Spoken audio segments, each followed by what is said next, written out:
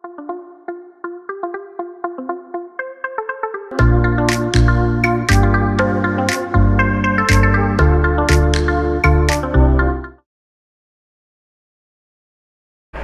the meeting to order.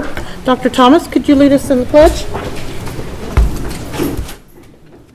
I pledge allegiance to the flag of the United States of America and to the republic for which it stands, one nation, under God, indivisible, with liberty and justice for all.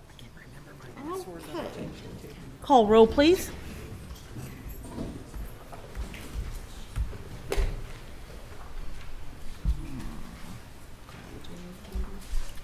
Ms. Clodfelter? Here. Ms. Nyworth? Here. Ms. Edwards? Here. Ms. Bradley? Here. Mr. Jester? here.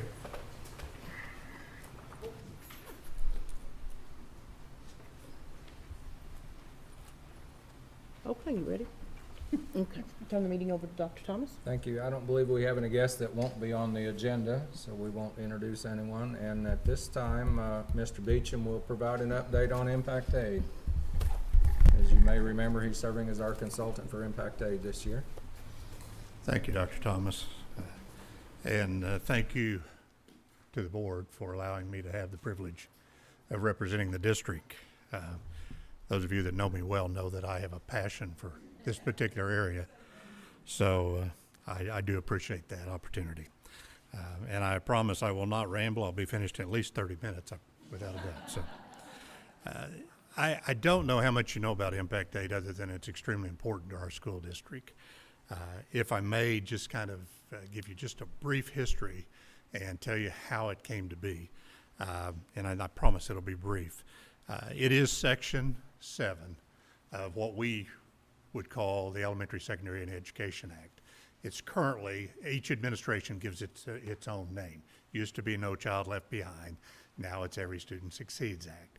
But that is the Elementary and Secondary Education Act that has all of the sections within it that control the public school and public entity education monies. Section 7 is the Impact Aid section. And it, interestingly enough, is in there because of two Oklahomans in particular, a gentleman named Oscar Rose and a gentleman named Carl Albert. And in 1950, Harry Truman signed the Impact Aid law into being. It is based on land and the lack of taxation on that land. Impact Aid is paid in lieu of taxes. In other words, when the federal government comes in and takes land off the tax rolls, and we have two wonderful entities in this area, Fort Sill, 93,600 acres of non-taxable land and structures, and 53,000 acres of the wildlife refuge that are off the tax rolls, tremendously impacting this school district and Cache and Elgin as well.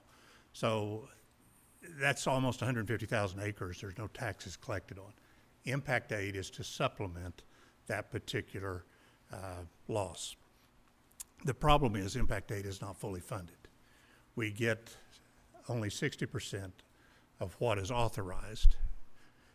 That 60% that's appropriated is then prorated a few more times, and we end up getting someplace in the neighborhood of 40 cents on a dollar in Lawton, America for our funds. We should get, and you have some information in your packets, and I won't read it to you because I trust that you can read it. It'll give you some specific numbers. We get approximately $4.2 million in Lawton for Impact Aid. We should get $10.6 million. That's a tremendous proration that takes place, and it all goes back to the fact that the program should be funded at about $2.3 billion, and it's currently only funded at $1.4 billion. Having said that, that's the reason we go to Washington. Impact Aid is the only funding program in education that is not forward funded. What that means is that, for example, Title I, last year when they passed the law for Title I or reauthorized it or approved the budget, it was funded for the following year as well. Impact Aid is not funded in that manner. It's funded in each year as it occurs. You'll know, or you already know, that we're under a continuing resolution in the government. A CR is what they'll call it. It will end on November 21st, and more than likely you will see either a short shutdown of the government, or, which will be a political maneuver, or you will see it renewed so they can go home for Thanksgiving break. Okay, and they'll go till about Christmas more than likely, and then they'll have to renew another one or pass a budget. Don't count on that one though. If I can go back to the land process, by the land being off the rolls, there are two things that happen in a school district. I'll use our two examples because they're perfect. The wildlife refuge is land that's taken off the rolls, but nobody lives there. We don't get any more students because of it. So that's section 002 of the law. What that means is you lose the tax money, but you still have the same number of students to educate. So you're trying to do the same thing with less money. Then we have Fort Sill, where we have not only land that's off the road, but we also have additional students as a result. And that's section 3 of the law. And so now you're asked to do more do the same for more students with less money. So it is an extremely complex law to get into. But any way you look at it, it is about the funding of students' education. In Lawton, or let me back up just a little bit. I talked about $1.4 billion. There are 1,200 plus school districts in this nation that get impact aid, and there are 10 million students that are impacted.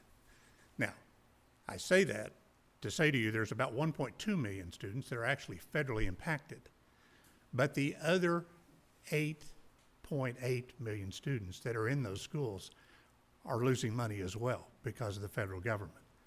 So there are about 10 million children that are impacted by the loss of these funds. You can see where the word impact came from in this program.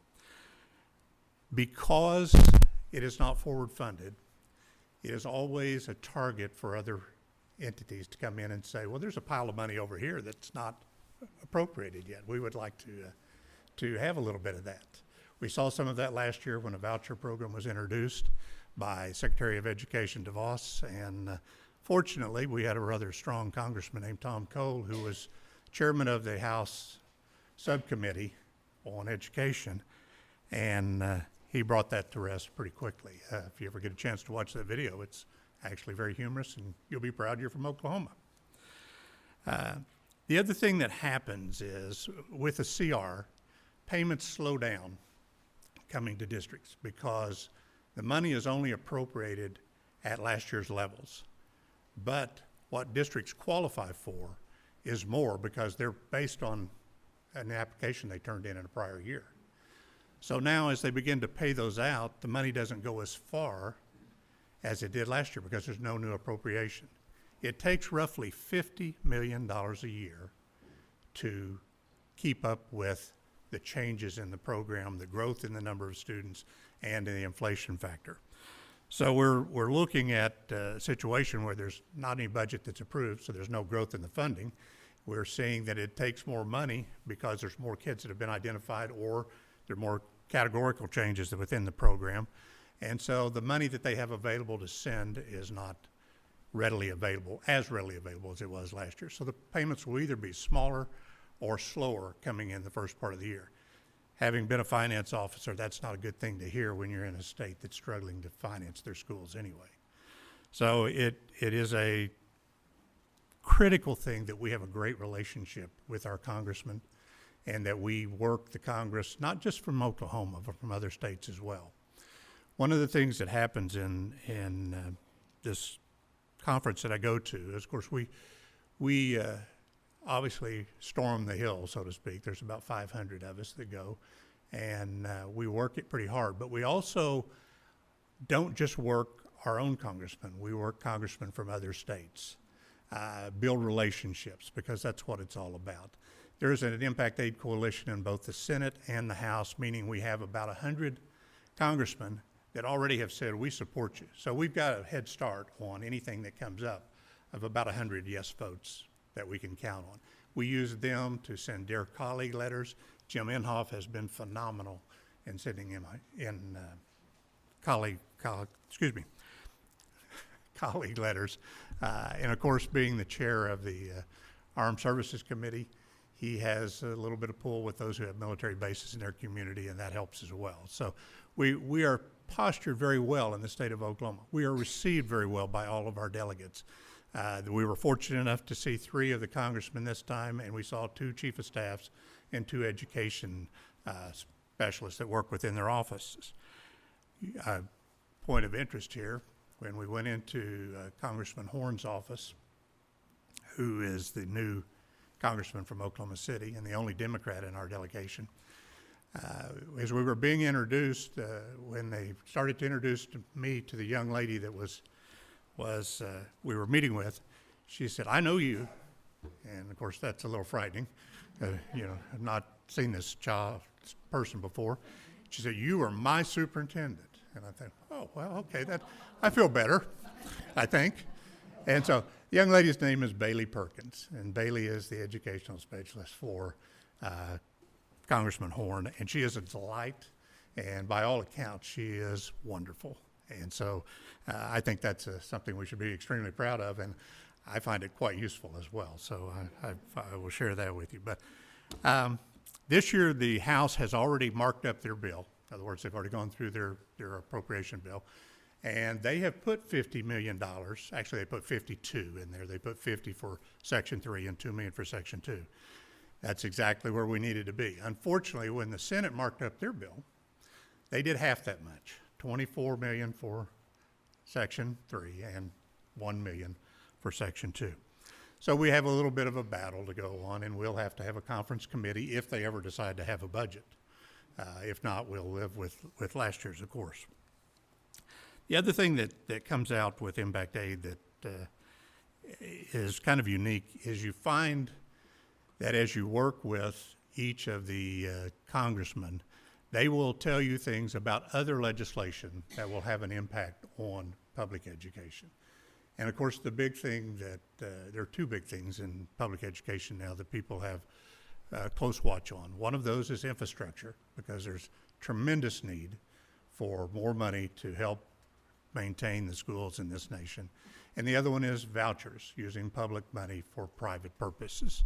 And so those 2 things are always on the radar as we go through. The information that you have in your packet, and I don't know if it's on your laptop or in a hard copy form, but there is explanation of 2 bills that are presented in there regarding infrastructure. And there's an explanation of a bill that is actually an attack on impact aid that is a voucher bill. And so as you read those, if you have questions, I'd be more than happy to explain that. But as I promised to start with, I said I would be brief. We should receive someplace in the neighborhood of $4 to $4.1 million dollars in impact aid. And I don't know, because I did not get a chance to ask or didn't take the opportunity. We may have a back payment coming in from a prior year that will maybe make it a little bit more than anticipated. But some years it takes 3 years to get all of your payments from impact aid, because they prorate them out. Some years, well, back in the days way back when I was here, we went 7 years one time before we got the final payment on impact aid. So it's extremely difficult to budget something of that nature. And when it doesn't come through, you have to find some kind of recourse to cover that. But having said all of that, I want to say to you that it is a case in impact aid, probably more so than any other federal education program, that is, if you're not in the room and you're not at the table, you're not in the game. Because that is money that everybody would like to have, and it is $1.5 billion roughly. Sounds like a lot of money to me. They don't seem to think that's that much up there, but they have a different thought process than most of us. But it is critical that we continue to have a relationship with our congressmen, that we have a relationship with the other schools in Oklahoma. And I failed to mention 2 important things. I think they're important. Oklahoma has more impact aid schools than any state in the nation, 220 plus. Lawton Public Schools is one of those, and we get the most money of any school district in this state. Now, you would like to think that means that Oklahoma gets more impact aid than any other state. Doesn't work that way. But we do have a huge potential lobby out there to go to our congressman to our Congress and work on this issue. So having said that, that's what we're doing. And of course, our concerns and my contacts, and I talk with the national office on about twice monthly basis generally, just simply because it is a case of one phone call here or there can help ease a problem, whatever. And it's not that I'm important, it's just creating awareness of someone that, in Congressman Cole's office, or calling Bailey Perkins and said, Bailey, can you look into this and see what's going on and find out, because this is what I'm hearing. And so it is a remarkable process, our government, and it works, but it doesn't work like it was intended sometimes, certainly not as smoothly as it was intended to. But we do need to stay engaged. We do need to continue to, and it does not have to be Barry Beecham. It can be anybody that will go and buy in, and certainly that's what needs to happen. We did have last time 25 different school districts from Oklahoma that showed up. The others stay home and say they'll send us the money. Well, they will, but every year it'll be a little bit less than it was the year before if you don't go help us maintain the program. It's kind of like maintaining a car. You have to stay on top of it, or there will be a problem that you have to face. So having said that, I'd be glad to answer any questions you might have about Impact Aid. I just wanted to give you a brief overview. The crux of the whole thing is staying abreast of what's going on, what issues are out there, and in contact with the congressman that you are associated with, as well as those that you aren't. So. The summary, I didn't know a lot of the background, so thank you for that. How long have you been doing this, advocating for us in this way? I started going to Washington in 1985. Okay, that's great. And you For go- Impact Aid. You go every year for our I district? go 3 times a year for Yeah. Impact Aid. 3 times a year. He comes up, this. Yeah, and then I go once with the Chamber of Then you go Commerce, with and the that's chamber, what, yeah. they always throw it in there and And we if talk you about have the time to go, I mean, it's really Yeah. interesting. I've followed Barry around more than one time, and it's really interesting to see, because they all know him at the offices, Yeah. and so, hey. That's a big deal right there. I shared earlier that when Congressman Cole sees me, if he's across the room, he just kind of waves at me and says, Impact Aid's okay. So I think he's heard all he wants to hear at this point, but it is critical, and certainly I would welcome your attendance with me anytime, and there are lots of steps, but they're rewarding steps. And as I tell people, you won't think what I did was just brief, but I give an hour-and-a-half presentation at the National Conference about Impact Aid, so I did cut it down a little bit. Heard it down. Thank you. But I always close with 2 things, and if you'll allow me, I'll do that tonight.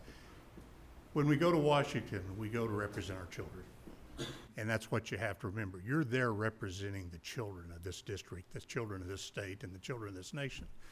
You can't ever forget that. If we ever forget that, we need to be someplace else doing something else. And the other thing is a quote, and I learned this quote a long time ago, and it is that a person never stands as tall as when they kneel to help a child. I think if we never forget that, we'll never forget why we're doing what we're doing and why it's important.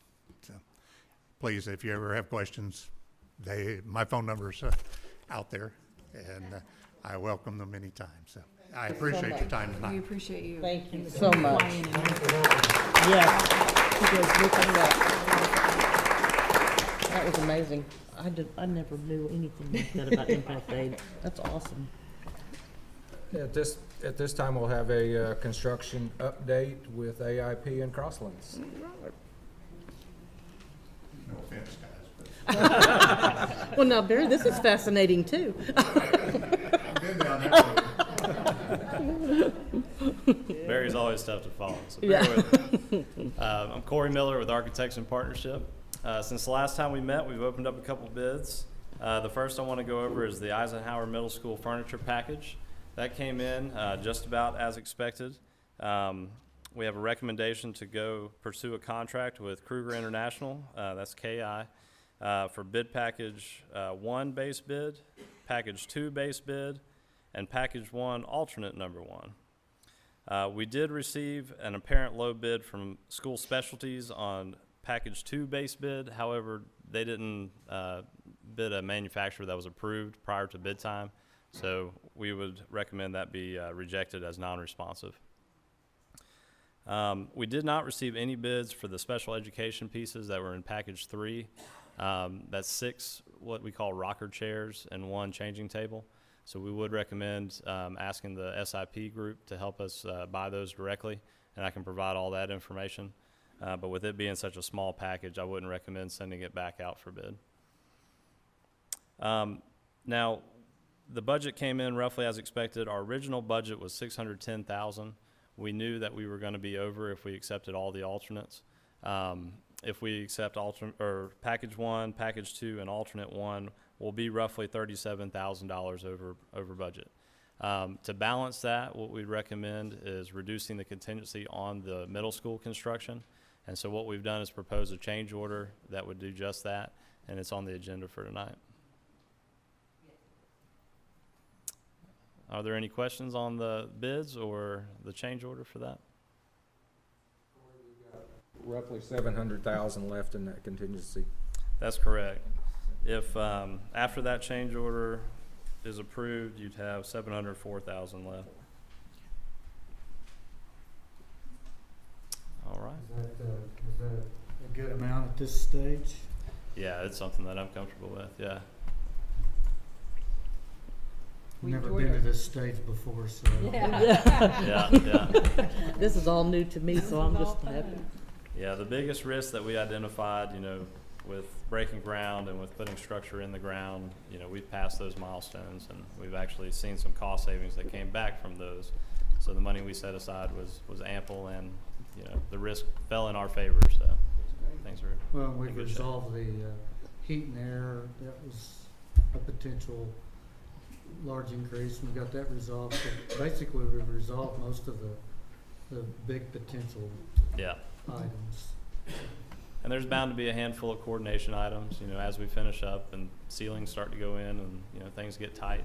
But, yeah, I believe the 700,000 is ample to cover anything that could come up. Right. Thank you, Court. All right, I'm going to move on to the next bid that we opened was the food service warehouse, freezer, and refrigerator replacement. That opened up on the 3rd, just like the furniture did. But after looking at it, we believe it to be above the budget. We had a hard time, with this being a small and very sophisticated kind of niche project, assigning a budget to it. But we had an equipment budget from a vendor of $450,000, and we expected that the miscellaneous construction to get that thing put in the slab and do the electrical work and all required would be somewhere in the ballpark of $700,000 to $800,000. That came in at $950,000. And so what we would recommend is to reject that bid. We only got one bidder, so it's also hard to compare it and really tell if it's a good bid or not. But reject that bid. We've already advertised it, so we're kind of ahead of the game there, but 21 days added to the schedule roughly. And we will open new bids on that to include equipment by the owner, furnished by the owner, installed by the contractor. We've looked into the warranty concerns with that. Our consultants really don't feel that there is anything to really impact us there. We've got installer qualifications. We've got to have an experienced and qualified contractor who's used to working with food service equipment like that, do the install, so we don't really see any risk to the warranty there. Doing that, you're going to save some overhead on the equipment itself, and it's going to open you up to pursuing any manufacturers that the school already has a relationship with or Sodexo has a relationship with, and we've heard a lot of interest from many of those.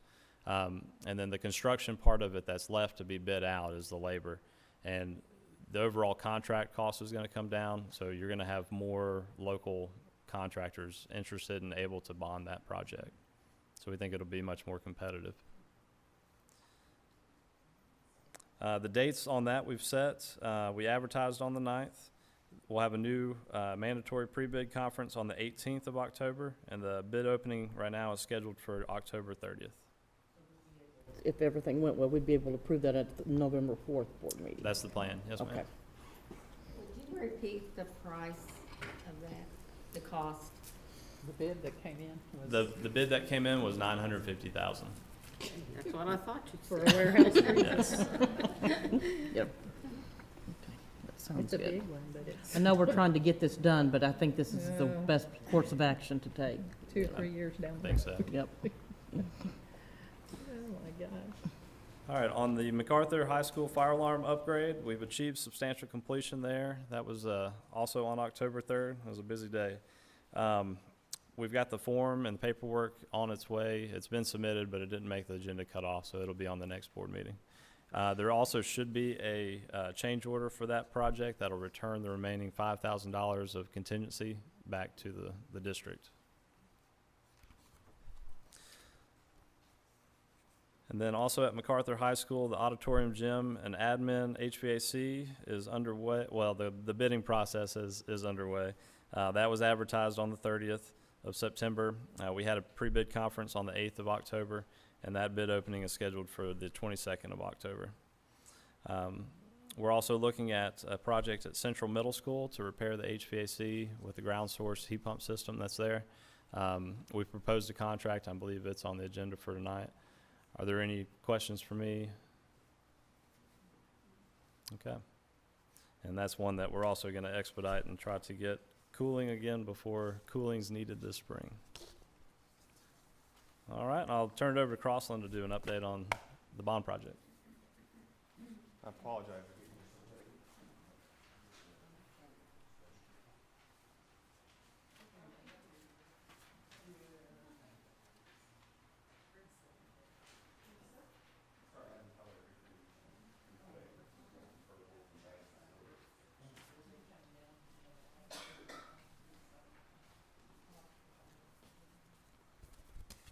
So I'm going to go in reverse today. I'm going to start in the middle school and we'll end with Whittier because I think we have a video for Whittier. So for the middle school, we're progressing. Interior framing is coming to an end, we would say. We're finishing up on the second floor. With that, we're going to start wrapping around and start framing the auditorium. So you'll start seeing the exterior walls of the auditorium coming to light.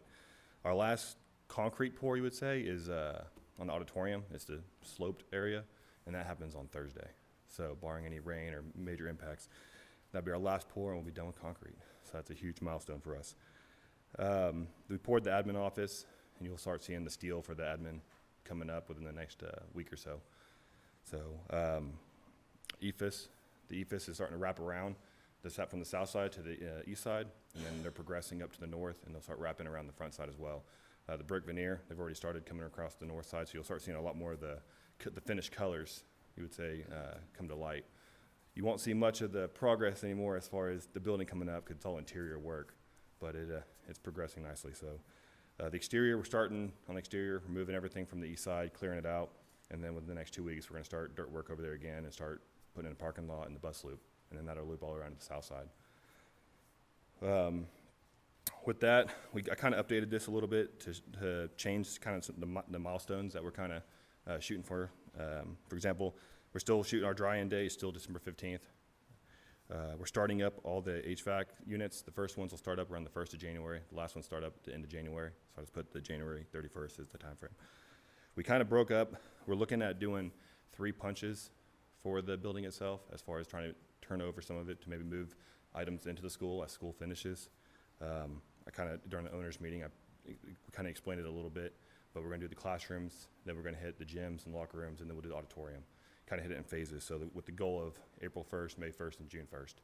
And then that'll give us a month from June 1st to July 2nd to wrap up any loose ends that we have, and then substantial on July 2nd. So we're progressing very nicely for that milestone. So coming up, windows start Monday. We'll start putting windows in the south side, the southeast corner, and then again they'll start there and work their way to the north and start wrapping around as well. The last roof, we've got about 2/3 of the roof on the building right now. So the last bit of the roof, which is over the admin and the auditorium and the kitchen, that happens on the 4th. They'll start that on the 4th of November. And then we start hanging sheetrock on the 1st of November, on the 4th, the Monday. So any questions for the middle school? Monday. Monday. Yep. What okay. South side. We'll start putting those in Monday morning. Okay. So on the multiple safe rooms, I got a couple last things lacking. Okay. We're working with the city to get FEMA approved the last 2 certificates of occupancy. So they're at FEMA's level right now. They keep getting rejected, and so we keep fixing it and sending back. So FEMA's always fun to deal with. So, but the city's been cooperative helping with that as well. So Great. and then Whittier. So kind of before I show the video, kind of moving forward, we start hanging sheetrock this week, and then next week we start taping bed. Painter starts this Friday on the exterior. So that project's progressing very nicely, and we're looking at about Thanksgiving for completion. So as far as the building itself, we still have to move the portables that they're being temporary there. So we won't have the final CO until all that's moved out of the way. But we're looking throughout, we'll be doing a lot of that movement during Christmas to avoid any student, any interference with students. So, any questions on any of the projects? I understand we have another window incident today. Yep, I found out this morning a window at Carriage Hills is broken. I guess some kids threw a rock at In the it. safe room, yeah. So we're kind of working with Corey as far as a good plan to, not necessarily a replacement, but go into what we're doing at Whittier. Because at Whittier, we're not using if you recall, we pulled those windows out of the contract because they were so expensive. So we went with just a standard window that you have on a lot of the schools and put a FEMA door on the inside. And so we're looking at doing that potentially on the schools that once they get broken. I mean, they're in place right now. So as they get broken, we'll kind of replace them out. But that's one of the things that we're kind of working with them on. So we're just kind of waiting to see if somebody busts one, and if they bust one, then that's the route we're gonna take with all of them. This is our third one. This is Less expensive, and then if it gets broken. Well, I mean, yeah, but there's no reason to mess with it until somebody decides they need Till to be they break it. clever. Okay. Okay. So, Oh, yeah, Miss- We gotta love children. That's what we're here for. yep. We started a fire. Hey, you know. Any other questions? Thank you, Jeff. Thank you. Whittier Elementary. Overall progress and schedule right now, we're sitting about 60% complete. We're still on track to hopefully have this building completed and all the inspections and everything by right around Thanksgiving.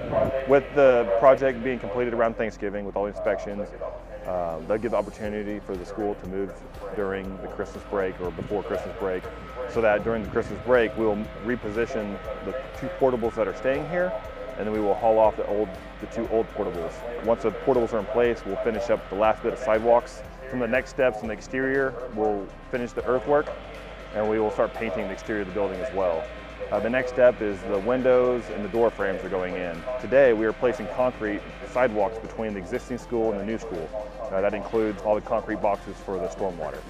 We've previously placed the ramp and the steps out of the existing school, which will transition into the new school.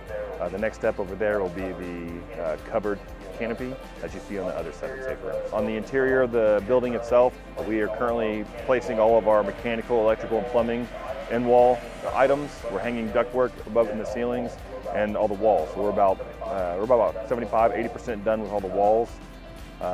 As we progress, the next steps is painting hanging sheetrock on the interior, and then doors and frames, and then finishes.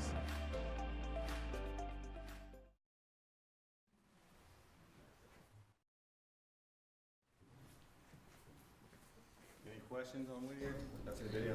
That was taken about a week and a half ago, so we finished framing and all that fits in. So I can't thank you guys enough. Thank you. Yeah, Thank you so much. Appreciate it. Bye. Agenda item 7 would be departmental reports, and 7A, you have written reports from each of the units in business operations and educational services. Do you have any questions about those reports? Okay. Action item 7B, then Ms. Hatch would appoint members to a gifted and talented advisory committee, and you have that listing. We would be Move for prepared to. approval. Thank you. Call roll, please. Ms. Clodfelter? Yes. Ms. Nyworth? Yes. Ms. Edwards? Yes. Ms. Bradley? Yes. Mr. Jester? Yes.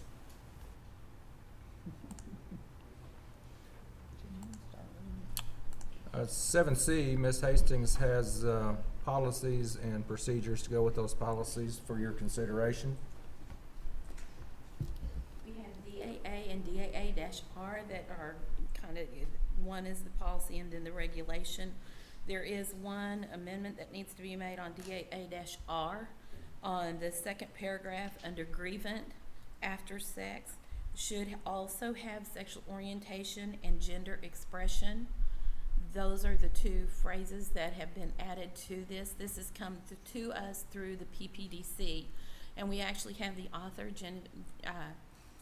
Ms. Honeyegger, that's here tonight that could also answer questions. Do you have any questions on DAA or DAA-R? Tell me again the change. The addition of sexual orientation and gender expression. Okay. Those are two phrases that when I surveyed other schools in the state, many of those already have those included in their non-discrimination policies. And so this was a good move for us as well. Sounds good. The next policy that you have is DEC, sick leave.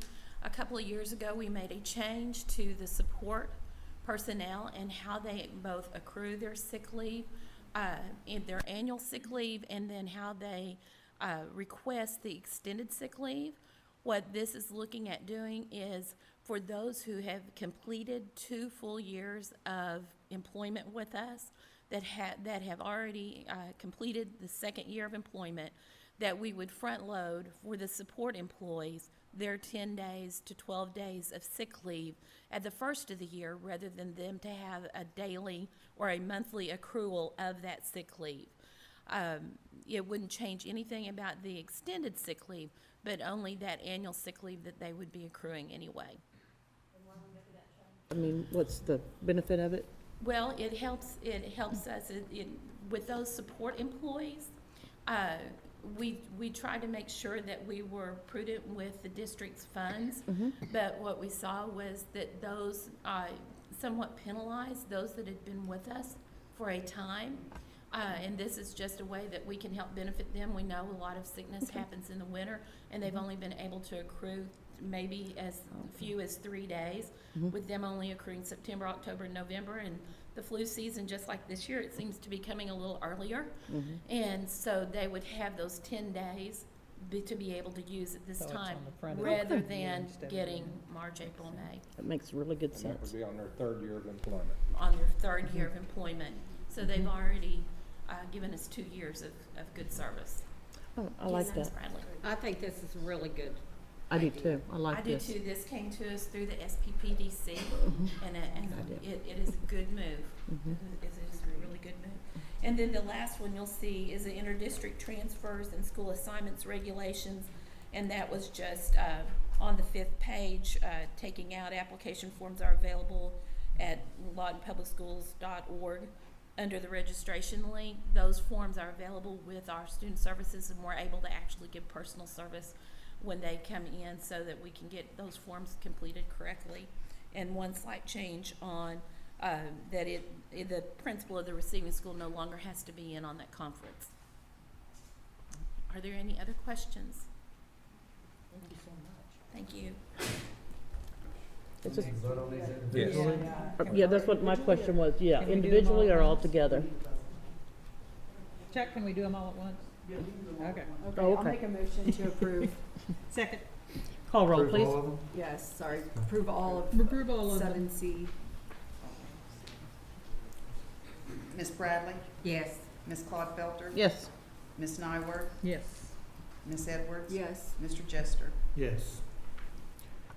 Dr. Thomas and Board, I just wanted to point out that those first 2 policies that were brought to you were orchestrated by PTPDC and the SPPDC.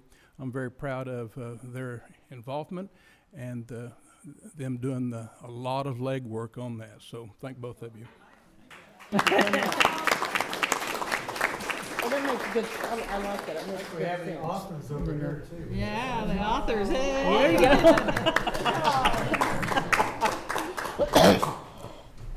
Thank you. Agenda item 7D, Jeremy Tanner will give us an update on the inspection of Wilson. It's not gonna cost us any money and it's all good. No. Yeah, right. Oh, okay. No, give the real report. Yeah. Good evening, Board. I'm Jeremy Tanner, your Sodexo on-site Director of Facilities. Do you have the final report submission from, okay. Yes. I just would like to highlight, I'll be brief, a couple areas. One is in the executive summary. I will reiterate, the inspection was based on It's in visual here. observation of readily It's in the accessible agenda. areas. Mhm. I'm sorry, this is chapter 1, page 1 of 1, the executive summary. Areas of the roof seem subject to failure, and portions of masonry walls, though non-load bearing, have fallen to the floor. Mildew was observed and mold is probable. It is the team's recommendation that the school be demolished to eliminate the current danger to the public, discussed further in Chapter 2, Structural Engineer Report. Repairs would require extensive renovations that would not be economically feasible.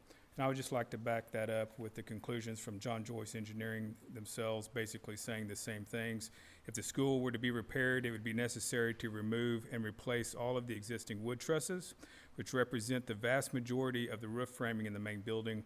It'd also be necessary to remove and replace all of the existing concrete floors, which have been heaving and buckled before new floor could be replaced. Therefore, it would not be economically feasible to repair the existing school, and they also stated they recommend that the school be demolished to eliminate the current danger to the public. I just wanted to reiterate those highlights. Our maintenance operations team agree with this. You know, we have a more intimate, relationship with that school, have been in and out of that, and so we agree with those findings. We're looking at probably anywhere between $90,000 and $100,000 to have that school demolished. So I just wanted to provide that update. Do you have any questions for me? Okay, what about any type of asbestos abatement, do you think? Yes, let me see here. I believe also John Joyce Engineering noticed that there was a part of within the basement that showed signs of asbestos. There'd have to be abatement involved with that too. Okay. And so that was also found. And you think that will be included in that price, or that would be probably something above and beyond? That may very well be included in that price. Okay. It was surprising to us also how feasible that was, but we don't, if it's not going to be anything that's unnecessarily. Okay. you know, I'm over kind that of, budget. kind of surprised at the price. I mean, because I remember our price to get Geronimo Road down. And First time so, around, yeah. yeah, so, I mean, it was, Isn't that asbestos most likely insulation on pipes? Yes. Yeah. oh, okay. So it's not gonna be a lot of that. It's not what Pretty we easy saw to at the other one. contain that, Okay, yeah. okay. So we have, this is an action item for us to what? I believe it's an information. It's just Information. informational, okay. Yeah, he'll have to bring us a. I have added Wilson demolishment to the list of potential capital outlay projects that we'll consider Okay. in a little bit. I had an inquiry last night, as a matter of fact, that this Wilson would be a good place for the Lawton Community Theater to go, and I said, I don't think so. No? So I wasn't so. wrong. Yes, absolutely. No, Okay. all right. Any more questions for me? No, I don't think so. Thank you, Jeremy. you, Jeremy. Appreciate Thank it. you. Item 7E, October 1 has come and gone. Rick Owens has got an update on our enrollment trends. Oh, all right.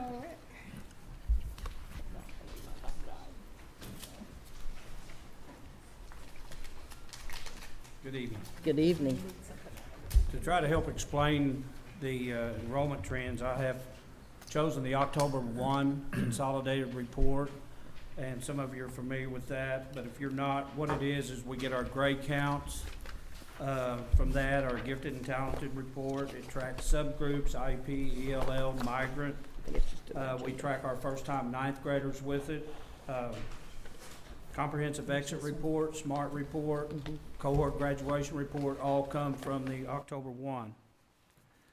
And if you'll look at the LPS enrollment trends paper or sheet there, I've got 2 years for comparison on this particular document. You can see all the enrollments of the elementary, the middle, and the high school.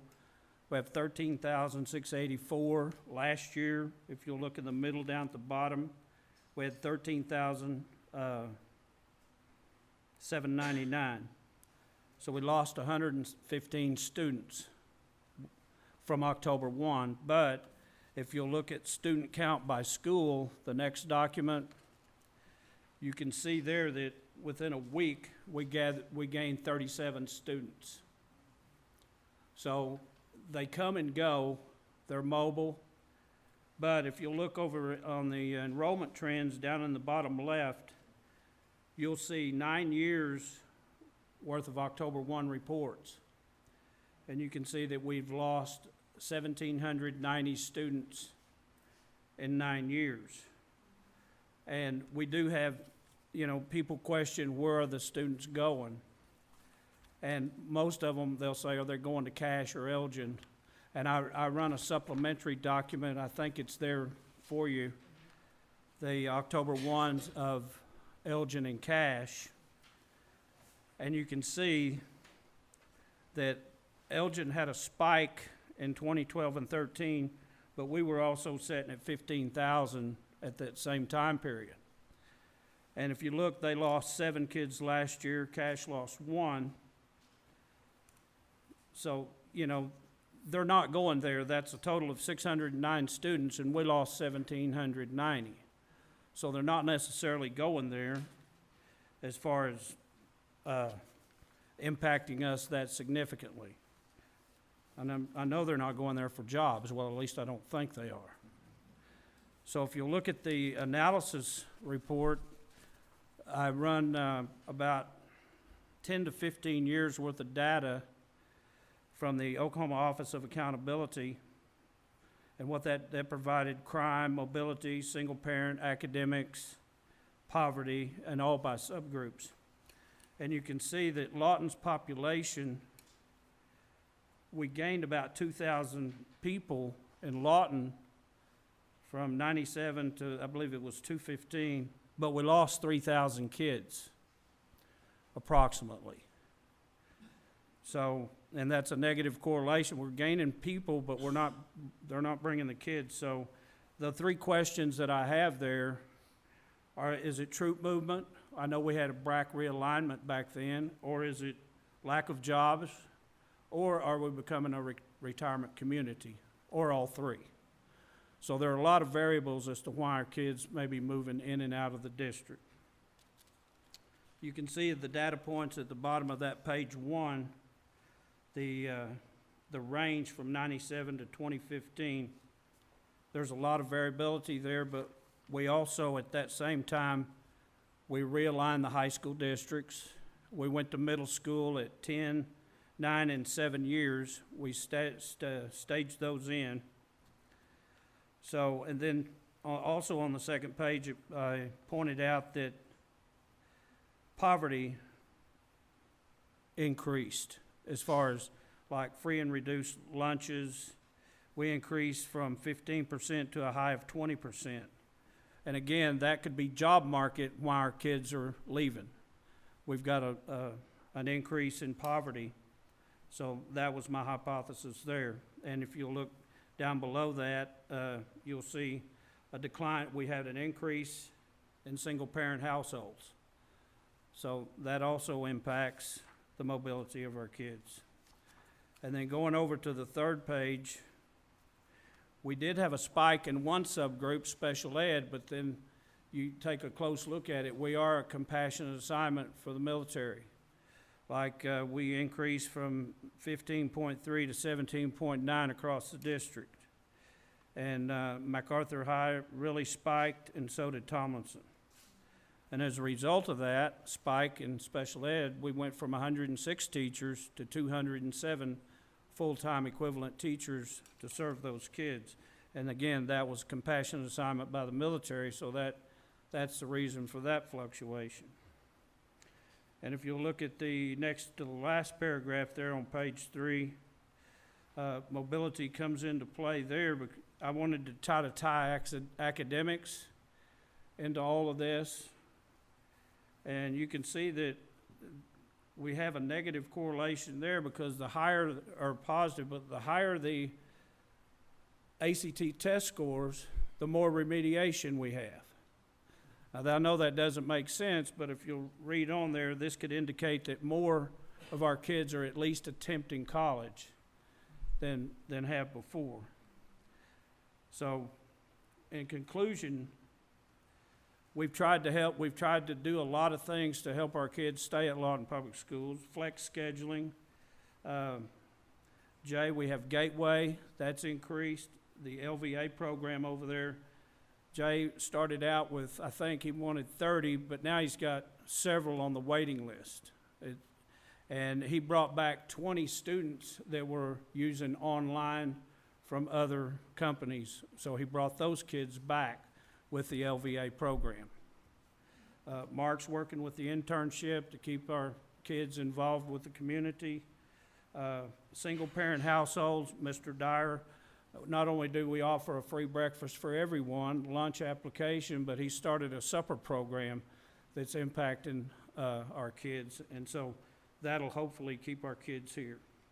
Transportation has to be adjusted with the mobility of our kids. You've got a full bus this month and a half full bus the next month, so I'm sure Trey's always juggling those numbers. But it's a brief overview of why I think our kids are coming and going. I don't think they're going to the towns around us per se, because we have lost 1790. They only gained 609. So hopefully that explains a little bit about the mobility of our kids and why they're leaving, jobs, retirement, et cetera.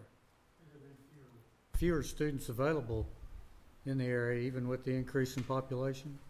Is that, We have and it also looks like the trend is starting to lessen. Yeah, it is. It's stabilizing. Finding out. Right. What was the 2017-2018, the year we lost 679? Was that an anomaly for some reason, or what was the cause of that year? I'm sorry, say again? 2017-2018, we lost 679. If I'm reading that right? All the other years have been in the low, like 100s. Yes, ma'am. We were 200s. down That's crazy. 679 students that year. Just an anomaly, you think? Or was there like a reason with I Fort don't know Sill if there or was a something? realignment of troops. I think so. Is that when Bliss happened? I'm trying to remember I don't remember. how long ago that was.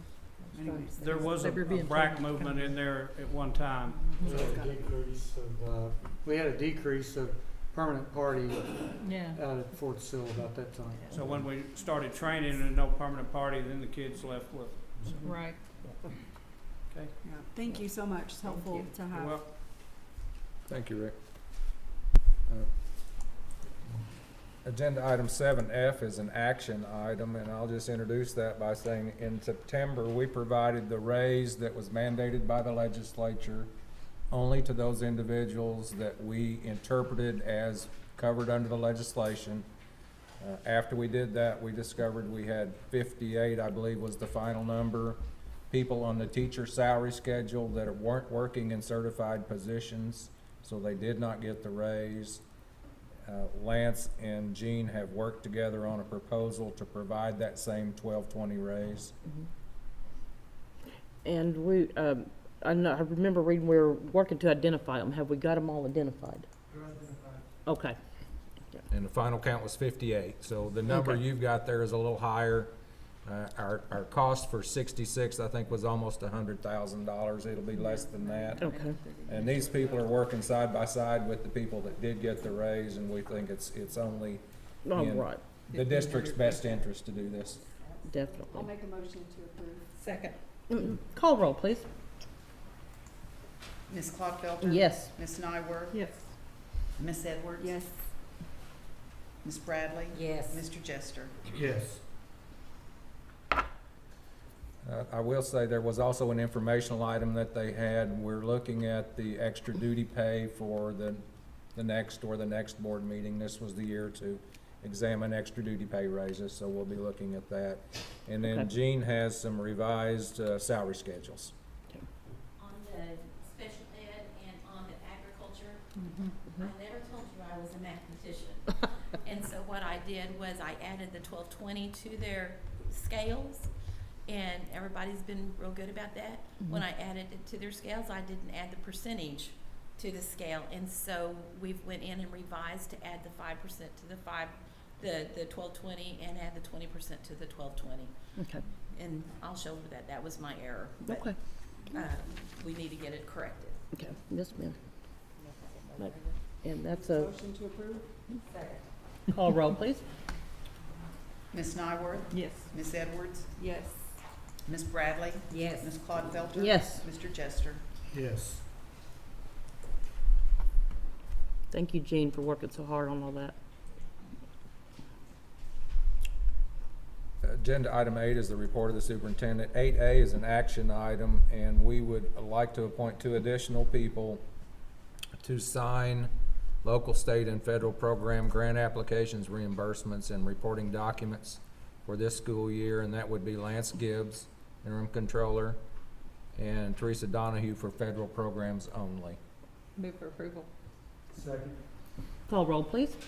Ms. Clodfelter? Yes. Ms. Nyworth? Yes. Ms. Edwards? Yes. Ms. Bradley? Yes. Mr. Jester? Yes. Thank you. 8B is an informational item. Ms. Edwards had asked for bond expenditures and sales tax expenditures by site. Ms. Bentley has prepared that for you. There are 5 attachments, and this is the one labeled with the green highlighter. Okay, great. First for the sales taxes and then the bonds, and you can see the expenditures over, in some cases, 10 years when that funding source was that old, by site. This is very So this is awesome. a comprehensive listing Make that it make sense. And who put this together for us? Ms. Bentley, Oh, thank you so much. Awesome. which is very timely because we have a bond oversight committee meeting November 4th, and we'll be providing this same information to them.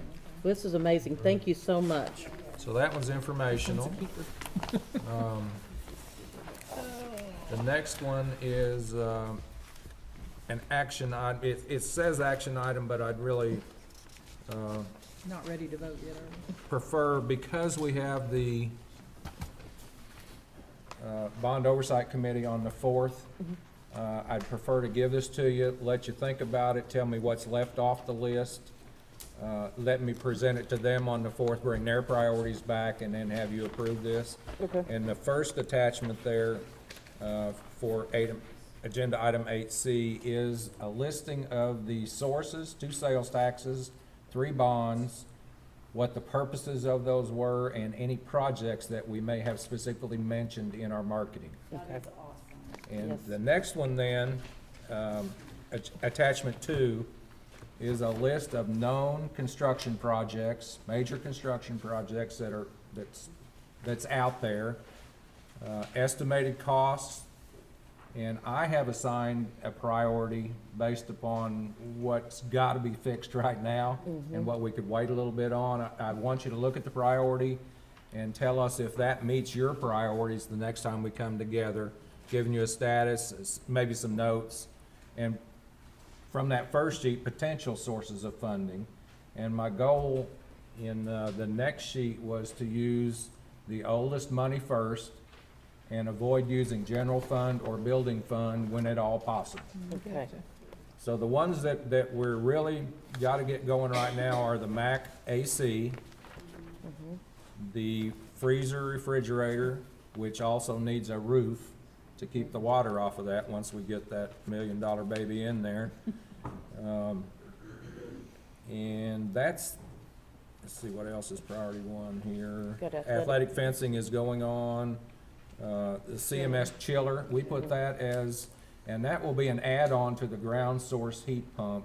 It won't replace it, but it will provide extra cooling for that system. And we want to have that done by the time it gets warm again. The mechanical piping repair at Freedom is a safety issue. We Yes. need to get that done just as quick as we can. And then we've got a security upgrade requested for Macarthur Middle School, and we don't have a price on that yet. I just put a placeholder price in there. If it's gray, that's just kind of a placeholder. We don't have good estimates yet. And then the turf at Cameron Stadium, this is our last year for using that. Our contract requires that we shoulder the cost of replacing that. Yes. So we'll need to be working on that this spring, so I put that down as priority 1 also. If you turn to the attachment 3, what I've attempted to do here with balances at the top for each fund as of July 1. And then our priorities, I've tried to place each of these projects in a fund that is allowable for that project, and I've used the oldest money first. And so this is a proposal at this time. Some of these may not be your priority. You may have some things that are supposed to be on the list that I didn't get on the list that will need to be added in this month. If you remember some of those, for instance, I didn't have the Ron Stevens hole in the wall repair on there. Kent called me this morning, said you left that one off, so we added it. We do have costs on that one. So if you look at how that plays out, the building fund is probably the only thing, or the general fund, we could do the Wilson demo with. I don't think any of the bonds would permit that. The sales tax from 2010, if we do part of the Douglas window replacement, which is a low priority item at this point, not for the people that work in the building, but it's not a safety issue. And the Freedom Mechanical repair, that leaves us just 28,000 left in that. And we could easily move some of the Fund 26 expenditures in to use up that money. If we do all these projects and we do them with these funds, we would be left essentially with the 2014 bond and the 2017 bond, and we would have expended the funds and able to close out the other funds. Perfect. So I would ask you to consider these over the month. We'll meet with the Bond Oversight Committee, present this to them, get their priorities, and bring those back to you. And if you think of something that is not on the list, please let me know. Okay. Well, if we're gonna invest that much money in staying at Cameron Stadium, I'd like for us to look at the locker rooms.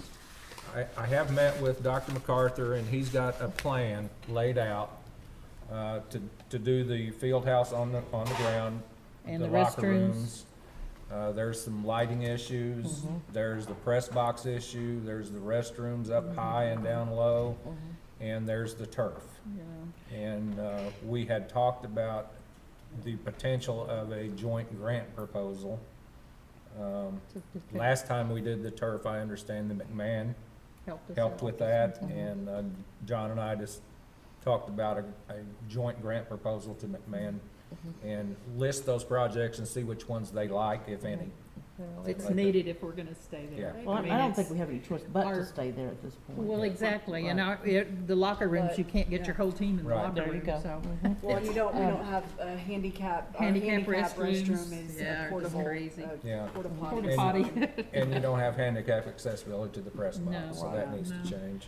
Um, Our cost for using that stadium all last year was only $15,000. Yeah, it's not. So it's a not bargain. It really is. is. And Uh, something It's else a that great facility. came up today while we were driving, were cameras at the elementary schools outside. Mhm. You might wanna look into Yeah, that, we did, that is because something the that's. vandalism, we don't, we can't, chief, you think? I would like to have it for more than one issue, besides just the vandalism. We're having a lot of incidents that seem to Yeah. go on at our elementary schools that would be nice to be able to go back and review and see who is continuously there, not doing what they're supposed to be doing. What can be, that maybe can be a project to help the officers that are on site. How do we rectify some of these things? So I really think we want to look at getting So those. that's And you something may else feel we that's could- more important than some of the Well, it on the could list be. right now. AJ, can you give us an update on that at one of our November board meetings? Status of that? He was like, now? Really? I mean, he was really, and what I admire is that you He's had. good, but that's a little. No, he had something in mind. He actually was gonna tell it. I'm glad, you're on it, They've been Yeah, I knew talking you about had, it, you I could think, just tell. but that would be something. Okay, Well, there you go. there's the money. How many years do our turfs, how long does that last? Is that a 10-year deal or a 5-year? It's Stadium? The turf, 10 at best. that's what I was thinking. And it really depends on, they test it every year for resilience and hardness, and once it goes out of spec. Then it And goes. then we our just- contract clearly specifies that's on us. Yes, it is. I mean, I remember, Oh, yeah. I can remember at Yeah. least twice that I've been around when it was done, so. Now, Dr. Macarthur did indicate he would be willing to do much more than a 5-year contract if we're willing to invest. The 5-year contract was a request of Dr. Deegan when he was looking at the other- land north of Central for athletic complex. Yeah. Yep, yes, it is. Okay. Thank you. So we're not gonna do anything on that, there's no action, okay. 8, wait a minute, 8D. off of there. Did you go to the Took View like I did? 8D, I am. We have a request from Elizabeth Brownhill, our CFO, to be relieved of treasurer duties, and you have that request in your packet. Yep, I noticed that. You also have a job description for the chief financial officer and a legal opinion from Chuck Wade. And although it is not a legal requirement for the CFO to serve as the treasurer of a district, it has been your practice for a number of years, so much so that many of the duties of the treasurer are included in the CFO's job description. Right. So if you want to approve that reassignment, then we would need a motion from the board to do that. That would take board action. Okay.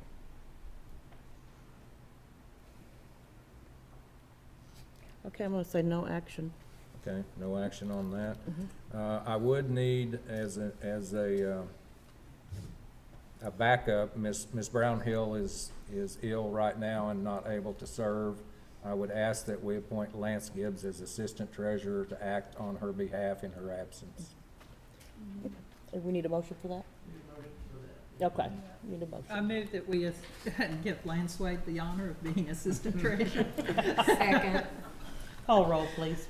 Lance Wade, let's do Ms. this. Clodfelter, Yes, ma'am. Ms. Nyworth, Yes.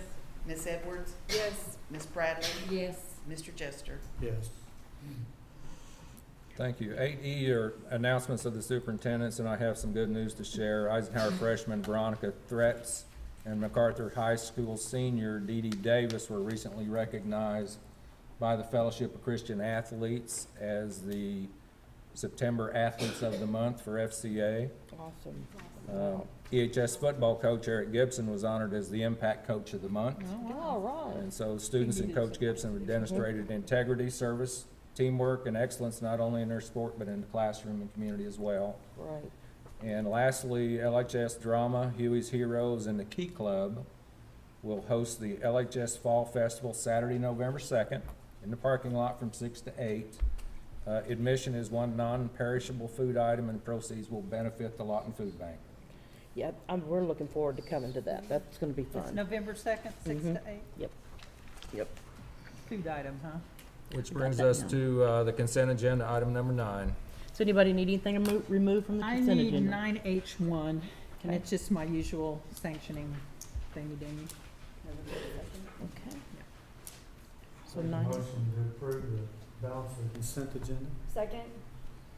call for roll, please. Ms. Bradley, Yes. Ms. Edwards, Yes. Ms. Nyworth, Yes. Ms. Clodfelter, Yes. Mr. Jester. Yes. Now you need to do 9H1. Right. Now we need to make does anybody want to make a motion to approve 9H1? I'll make a motion to approve 9H1. Second. Call roll, please. Ms. Edwards, Yes. Ms. Nyworth, Abstain? Ms. Clodfelter, Yes. Ms. Bradley, Yes. Mr. Jester. Yes.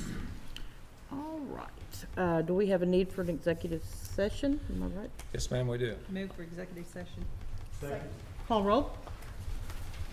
Ms. Edwards, Yes. Ms. Bradley, Yes. Mr. Jester, Yes. Ms. Clodfelter. Yes. Ms. Nyworth. Yes. And then I think we want to, Invite. Chuck Wade and Bo Rainey, attorneys, will join us in executive session.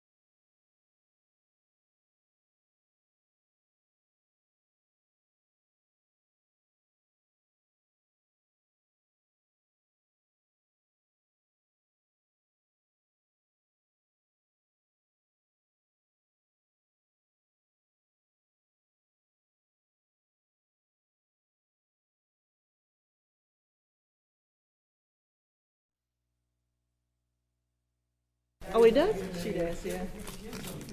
Kim's a neighbor too. Okay. Ready? Okay. Everybody ready? The Board of Education went into executive session. Wait a minute, we're not ready for that. Motion to She's ready to read.